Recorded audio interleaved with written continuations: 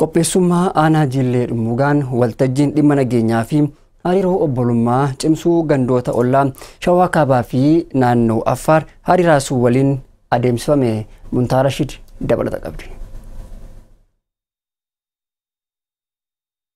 Aanaa Jillee Dhumuugaatti waltajjiin dhimma nageenyaa walitti dhufeenyaa fi hariiroo obbolummaa cimsuu naannoo Amaaraa godina Kaaba Shawaa fi naannoo Affaar godina hariiraasuu waliin adeemsifame. Sagantaa kanarratti itti aanaan biiroo misooma magaalaa fi bu'uuraalee misoomaa naannoo Amaaraa obbo Almiroo, bulchaa bulchiinsa sablammii Oromoo obbo Ahmad Ali, gaggeessitoota olaanoo aanota ollaa Affaarii fi godina Kaaba Shawaa akkasumas qooda fudhattoonni biroos argamaniiru. Itti aanaan bulchaa godina Shawaa Kaabaa obbo Takliyaas Ballaxaa akka jedhanitti bara darbirraa jalqabnee walitti dhufeenyaa fi obbolummaa cimsuu irratti hojiileen baay'ee akka hojjetame kaasanii waltajjiin gaggeeffamaa jirus gara fuulduraatti cimee kan itti fufu ta'uu ibsaniiru.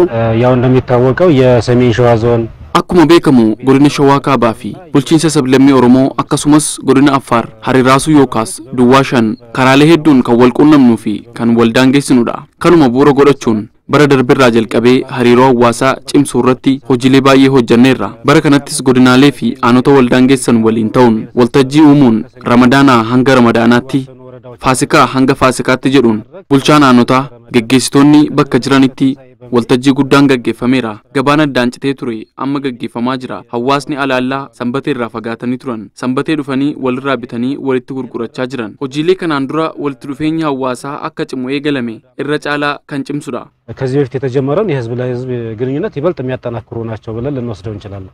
Bulchaan olaanaa naannoo Affaar godina hariiraasuu obbo Ali Maatee dhimmoota waloo akkaataa nageenya waloon waaressuun danda'amuu fi hojiilee misoomaa itti fufsiisuu danda'amu irratti kallattii hojii fuulduraa waliin kaa'uu akka ta'es dubbataniiru. የጋራ የሰላም ኮንፈረንስ በየዓመቱ ቢያንስ konferensiin nageenyaa barabaraan yoo xiqqaate lama yoo baay'ate sadi wal gaggeessina. Nageenya waaraa ta'e akkamiin fiduu dandeenya kan jedhu irratti finxaaleeyyiin hanga gidduu keenya jirutti yoom jeequmsi akka ka'u waan hin beekneef jaarsolii biyyaa gaggeessitoota maal haa hojjetamu kan jedhu irratti ganda hanga godinaatti akkasumas qaamolee nageenyaa hirmaachifnee mari'achaa jirra jechuudha. Kana cimsinee hojiilee fuulduratti bu'aa gaarii argamsiifnaa jennee itti amanna. በተግባር ጥሩ ውጤት እናመጣበታለን ብዬ ነው የማስበው። Itti aanaa bulchaa fi itti gaafatamaan nageenyaa tika uummataa aanaa Jillee Dhumuugaa obbo Muhee Umar akka jedhanitti waltajjichi aanota ollaa waliin kan gaggeeffame ta'uu kaasanii kaayyoon waltajjichaa dhimma nageenyaa irratti kan xiyyeeffate ta'uu dubbataniiru.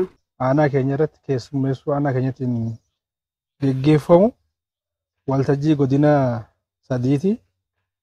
Godina hariiraasuu naannoo Affaar irraa aanaa sadiitu hirmaate. Aanaa Dalifaagee, aanaa Addaleela fi Samuroobi. Godina keenya irraa godina Oromoo irraa aanaa Arxumaa Fursee, aanaa Jillee Dhumuugaatti kan hirmaatanii akkasumas Kaaba Shawaa aanaa Afraataa Gidim bulchiinsa magaalaa Shaaroobitii fi aanaa Qawwata Woradaatti kan hirmaachise Kaaba Shawaa irraa. Egaa waltajjiin kun inni guddaan fireen isaa yookaan kaayoo fi ijoon isaa nageenya waloodhaa keenya nageenya waaraa amma argame kana haala bu'uura ta'een haala itti fufinsa qabuun haala ittiin gara fuulduraa cimsinee nageenya keenya kabachiisuu irratti kan xiyyeeffate. Inni jalqabaa nageenya argame kana sirriitti gaggeeffachuudhaan qoratamee jira, ilaalamee jira. Nagaa mirkanaa'ee jennee kan dubbachuu dandeenyu jibbaan kanaan dura jiru sun dhaabbatee jira. Uummanni gara lachuun hoggaa wal arge jibbaa kanaan dura walirraa qabu kan meeshaa walitti garagalfatu kan walitti dhukaasuun dhaabbatee jira.